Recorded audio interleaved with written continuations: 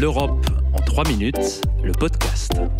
Toute l'Europe vous propose de mieux saisir les enjeux et le fonctionnement de l'Union européenne en 3 minutes.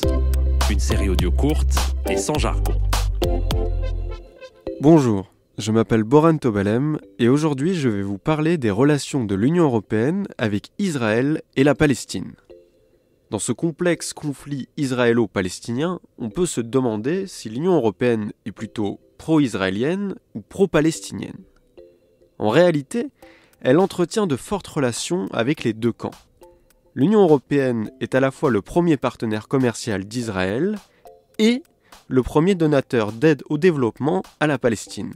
En ce qui concerne le conflit, elle est de longue date engagée en faveur du processus de paix et prône une solution à deux États.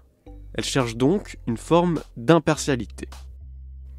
Penchons-nous dans un premier temps sur les rapports que l'Union européenne entretient avec Israël. Comme je le disais, l'Union européenne est le premier partenaire commercial de l'État hébreu. Environ un tiers des importations israéliennes viennent d'Europe.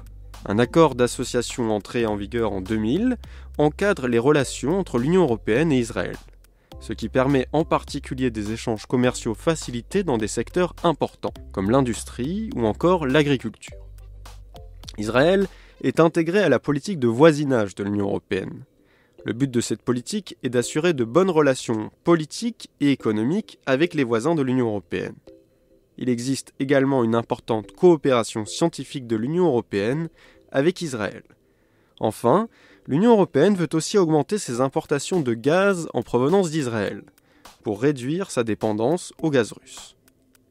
Penchons-nous maintenant sur les relations entre l'Union européenne et la Palestine. L'Union européenne est le premier fournisseur d'aide au développement de la Palestine. Les Européens ont prévu environ 1,2 milliard d'euros pour les Palestiniens entre 2021 et 2024. Des sommes cruciales pour une Palestine très dépendante de l'aide internationale et qui lui permettent notamment de financer les services publics ou encore de payer les salaires des fonctionnaires. Mais tous les États membres n'ont pas la même approche, notamment concernant la reconnaissance de l'État palestinien, dont le statut fait toujours débat à l'ONU. Seulement 9 pays parmi les 27 États membres de l'Union européenne le reconnaissent.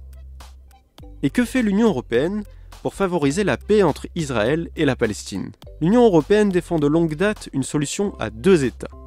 Elle s'est toujours opposée à la colonisation des territoires palestiniens par Israël. L'Union européenne n'a pas non plus hésité à dénoncer à plusieurs reprises un usage disproportionné de la force par Israël lors de ses opérations militaires en territoire palestinien. Proche partenaire d'Israël mais soucieuse de favoriser la paix avec la Palestine, l'Union européenne maintient ainsi une position en quête d'équilibre. Une position pas facile à tenir, notamment ces dernières années. Avec d'un côté Israël, dont le gouvernement de Benyamin Netanyahou compte des ministres d'extrême droite qui militent pour la poursuite de la colonisation en territoire palestinien, et de l'autre la Palestine, qui est divisée entre la Cisjordanie dirigée par une autorité palestinienne au pouvoir très relatif, et la bande de Gaza dirigée par le Hamas, un mouvement islamiste classé comme organisation terroriste par l'Union européenne. Retrouvez l'Europe en 3 minutes, le podcast sur www.touteleurope.eu et sur votre plateforme d'écoute préférée.